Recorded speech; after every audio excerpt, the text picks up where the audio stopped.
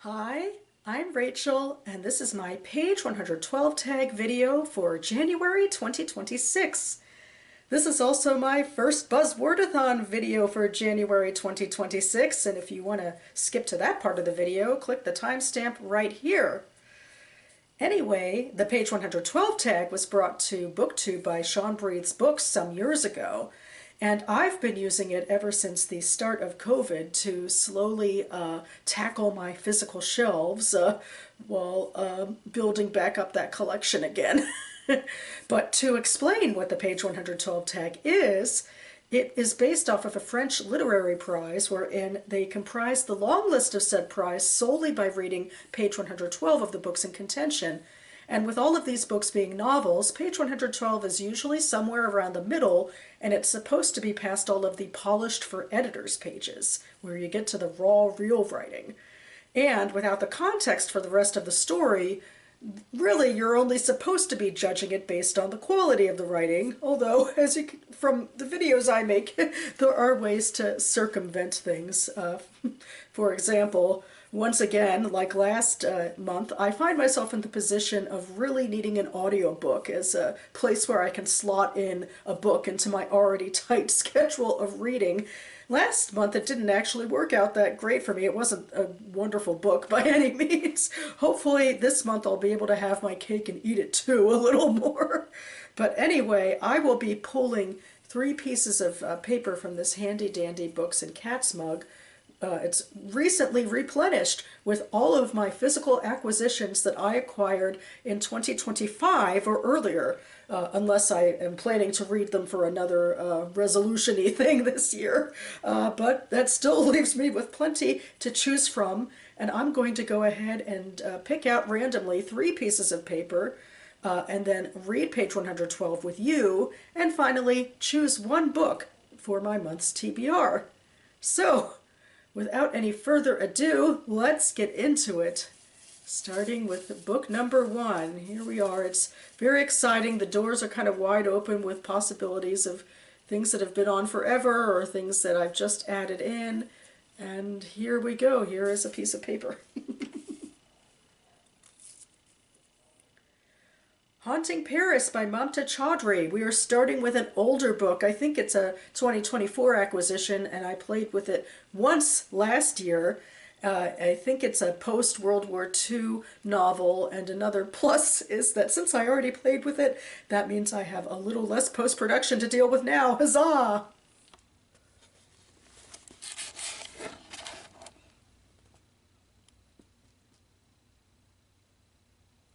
Alrighty, and moving on to book number 2.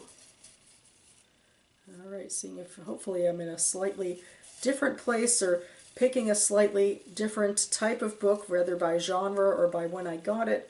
We shall see. That might be 2 of them. So this is 1. Alright, I'll just pick this one. If You Want to Make God Laugh by Bianca Murray. This is another book that's been on my TBR for a long time, at least a few years. I think I just recently played with it, in fact. Okay. Good to give it another go. And this is, I think, a little bit more contemporary fiction taking place in South Africa.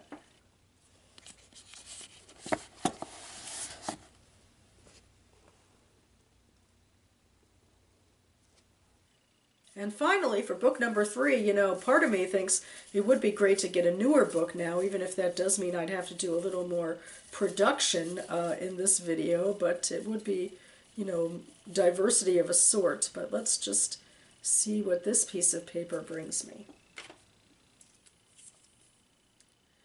The Lake on Fire by Rosellen Brown. Nope, we are starting with 3 older titles that have been on my shelves a while, so I guess that's a plus in and of itself, because, you know, it's always, the point and the excitement is actually to remove some of these books that have been here for a while. And this one, I believe, is returning us to historical fiction, and it has been on my shelves for a while, so huzzah, I'll get to consider it again.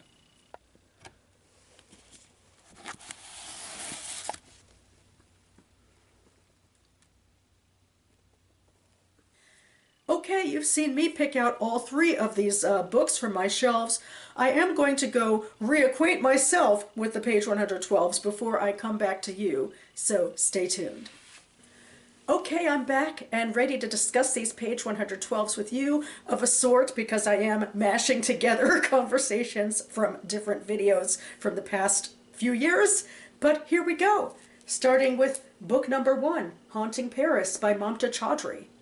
Sylvie overhears Alice and Anna Carvalho discussing the clivia in the stairwell. Discussing is perhaps too strong a word. The concierge is talking volubly, while Alice just listens and nods. Walking upstairs, Sylvie encounters Madame de Cheroisy on the landing and calls Coco to heel. She knows the older woman doesn't like the dog coming too close. Not that Coco has ever shown any desire to frisk around either the judge or his wife. In his own way, he is quite as snobbish as they are. "Ah, bonjour, how are you managing with our Americans?" Madame de Cheroisy inquires, as if the tailors are a shared tribulation. So the judge's wife now thinks they are on the same side of the divide. Sylvie smiles and replies that frankly she finds them a breath of fresh air. "It doesn't derange you, having them so close?" "Not at all. It's a great comfort." Très cozy, no doubt. Madame de Cheroisy sniffs as she goes back inside. Sylvie is amused by this reminder of one of the unspoken rules of Les Riches.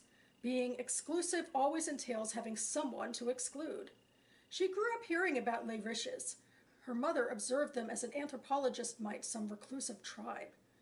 Returning from work at Madame Wanda's, Iwa would say, "Les Riches are a nervous people, very anxious about their fine things, but they'll hate to admit it. If a guest spills red wine on a rug, they'll shrug as if they have hundreds of abusons rolled up in the attic. But the maid knows they'll make her scrub the stain for hours." Okay, I have a bad feeling I did a lot of bad pronunciation of French just now. This one feels a lot more straightforward. It also started right after a break, so that was a lucky break, no pun intended. This definitely makes me assume it's historical fiction, maybe during an occupation, like the American occupation in France, perhaps. I don't know. Or maybe not, because there's some sort of snobbery going on from the Madame, but from our POV character, there doesn't seem to be any, or her snobbery is against the Madame and the judge that is her husband, seeing them as snobby rich people.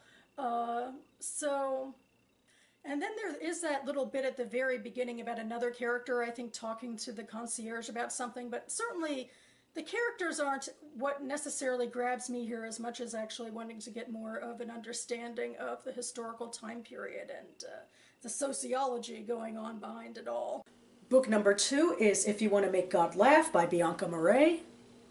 Laletti rolls over, her eyes glazed with fever. The pillow is stained red. She groans and then closes her eyes again. "Mama, wake up."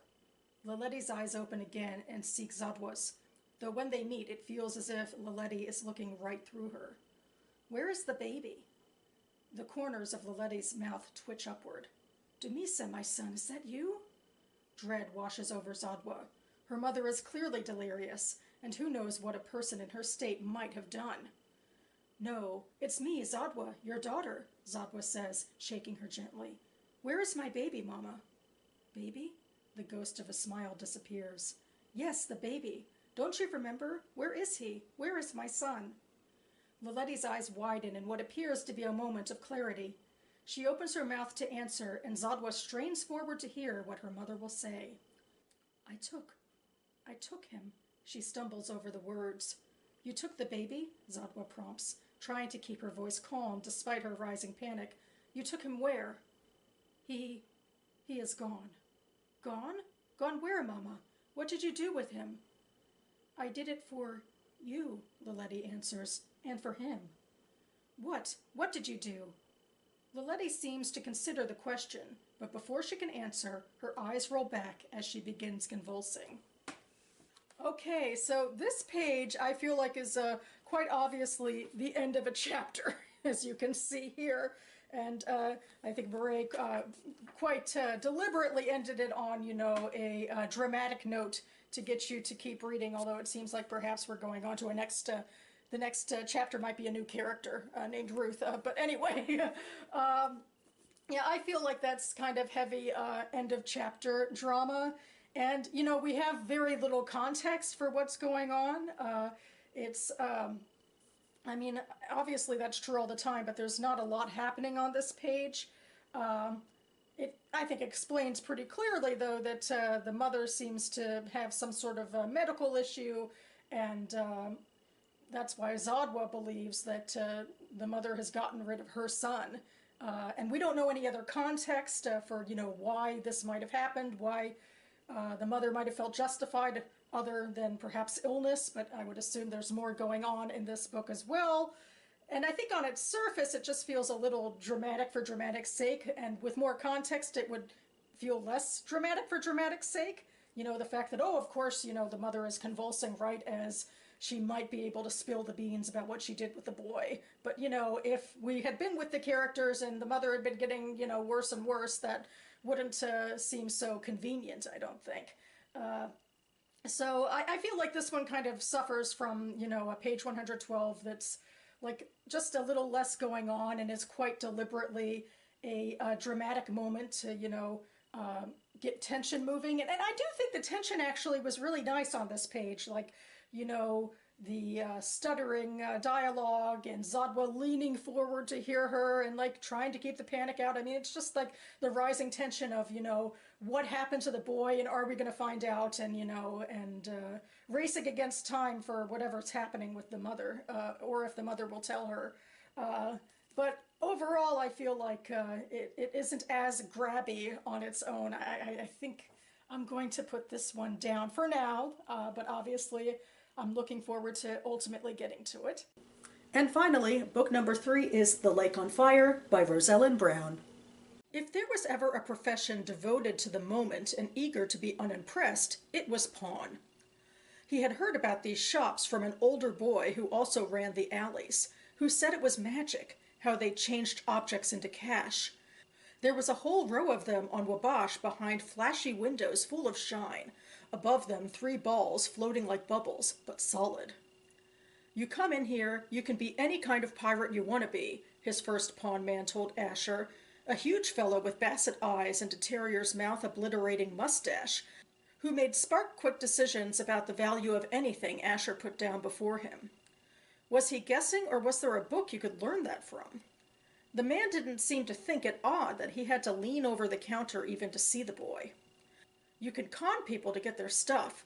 You can steal your grandmother's silver or get it nice in her will. You can bring me a .22 or turn in your wedding ring. Asher laughed. His .22, his wedding ring! This profession, we can't afford to be curious about it. Doesn't matter where it comes from, doesn't matter why you need the cash money. Asher had dropped a small rainbow of pilfered jewelry on the counter. The man fingered it lightly. Maybe it was telling him something, the feel of it, the weight speaking out numbers. You never want to look in nobody's eyes, follow me? The last thing you need behind this counter is sympathy. He made a mock-sour face and shook off the idea with a twitch of his shoulder. Sympathy? He made a little sound of disgust and held out one of the bracelets to the light. $5 for the lot. Sympathy was the word that did it. Asher listened to the man's contempt. Probably only last-gasp people came in here, like Christians going to church when they needed something from God. Why should the pawn man make that seem like a sickness? The word opened wide and took Asher in. He had an idea, new, a light breaking, a sunrise, his spark-quick decision, about how to take the sympathy that brimmed over in him unashamed and do something solid with it. And then there's a break. Monday morning, the day after a performance, stomach full of pheasant and praline, served in the kitchen, but served at least, he shoveled the weekend's take off of the table and into his lumpy bag. Okay, so I don't know. You know, it's my second time reading through this, and I guess I still don't like it all that much. Even starting from the first sentence, that just seems very awkwardly phrased to me, like I don't know, a profession devoted to the moment and eager to be unimpressed. That's very wordy. And pawn, is that how you would say the actual profession of, you know, being a pawnbroker, I guess? But that might be me being a little too nitpicky, but After that, we see Asher come in. I think, it's obvious he's a young boy, so maybe the joke that lands the most is the idea of him having a gun or a wedding ring. I don't know. But I'm also confused about the relationship between Asher and this pawn man. Like, is he there for a job or is he there to pawn things? And because he does bring pilfered jewelry to pawn, and it's like the pawn man is like laying out on the table exactly the psychological tools he uses against his own clients, which doesn't seem a smart thing to do if this is one of your, clients, one of your, paid customers or whatever. So I'm not quite sure of the relationship. And then I also have to say that, the message that Asher takes away from this encounter, I feel like it doesn't necessarily match the conversation. I mean, maybe it matches other things in the story. But to me, what this conversation took away is the pawnbroker's lack of sympathy. I mean, that's pretty obvious from the sympathy. Asher's making all of these like grand assumptions about the types of people who come in, which, well, I don't know. It's not supported by the page anyway. Maybe it is supported by the rest of the story. Maybe I should, gauge that. But I guess, it's not like I don't feel like the pawn man made anything seem like a sickness other than he himself feeling sympathy. He doesn't think about his customers at all. That's quite obvious from what he's saying on the page. He's just there to make money with what's ever in front of him. And so this really, I mean, the whole thing says a lot more about the psychology of the pawnbroker than it does about any of the customers. So I just don't feel like, this connection Asher is making about, feeling more sympathy himself toward other people. I'm not sure it quite lands the way he's saying it. I mean, I guess it would make more sense if it's like, God, I don't want to be like this asshole and I want to be more sympathetic. So I don't know. I mean, I feel bad. I don't like being critical about these pages. And I've been looking forward to this one a lot. This book, it's Gilded Age Chicago from a Jewish perspective. Okay, and I don't know what you're going to think about me when I make my decision, except that you should expect it based on the parameters I already set in this video. But despite the criticisms that you just heard me make, I think I'm going to go ahead and add The Lake on Fire to my January TBR because I can find it on audio. And because I still am interested, I think in terms of the subject matter of all of these, going to Gilded Age Chicago and following the Jewish experience around still appeals to me the most. And admittedly, in revisiting this page, I think I was less critical of it, although I don't think I was maybe thinking of it quite as deeply either. But I am going to give it a go. I'm going to give it a go, even if it isn't the strongest page. But it is, it's an indie published book from Sarabon Books, if I'm reading that correctly. And I think it has technically been on my TBR for a while, even though I haven't actually played with it until last year for the first time. So there's things to recommend it, I hope. And if not, I'll have to eat my own hat again, like I kind of did, with the book I chose last month. We'll have to see. Okay, and moving on to my Buzzwordathon part of the video, and speaking of bending a few rules, well, let me get into explaining what I'm talking about here. The Buzzwordathon challenge has been put on by Kayla from Books and Lala for several years, and I am jumping on the bandwagon for the second year in a row now. What she does, what she originally did was she took trends in publishing for title prompts, and then she created 12 title prompts, one per month. And then last year she went ahead and looked at trends in cover design and made some cover prompts as well. And I had a wonderful time last year applying those cover prompts to a huge book haul I did. I went to the Jewish Book Council's headquarters in Manhattan for their Raid the Shelves events, where basically you can go in and gather as many books as you can carry, and I did exactly that. And then I was looking for a way to actually get through reading a bunch of them, and they mapped pretty well, I thought, to the cover prompts. And as you can see here, I diligently followed and, have one book for each prompt for 2025. Now we're going into 2026 with a whole brand new cadre of cover prompts, and frankly speaking, I don't think that they map quite as easily as I would have hoped. the truth is that the Raid the Shelves books I pick, they're primarily mainstream and literary and contemporary fiction with a Jewish bent, and I think that a lot of these prompts have more to do with genre fiction, but I am doing the best I can and perhaps being a little creative with my choices. And I am starting this creative trend from the off. I have my empty 2026 sheet here, and as you might be able to see, and I'll just tell you anyway, the prompt for January is internal body parts, which kind of feels like on the horror or possibly dark fantasy vibe, something like that, but not the type of fiction that I picked up from the Jewish Book Council when I went last year in 2025 for my second time, and I have my, new crop of books to choose from. So instead, my creative get-around is with Olive Days by Jessica Elisheva Emerson, because as you can see on this cover, one of these olives is completely splattered.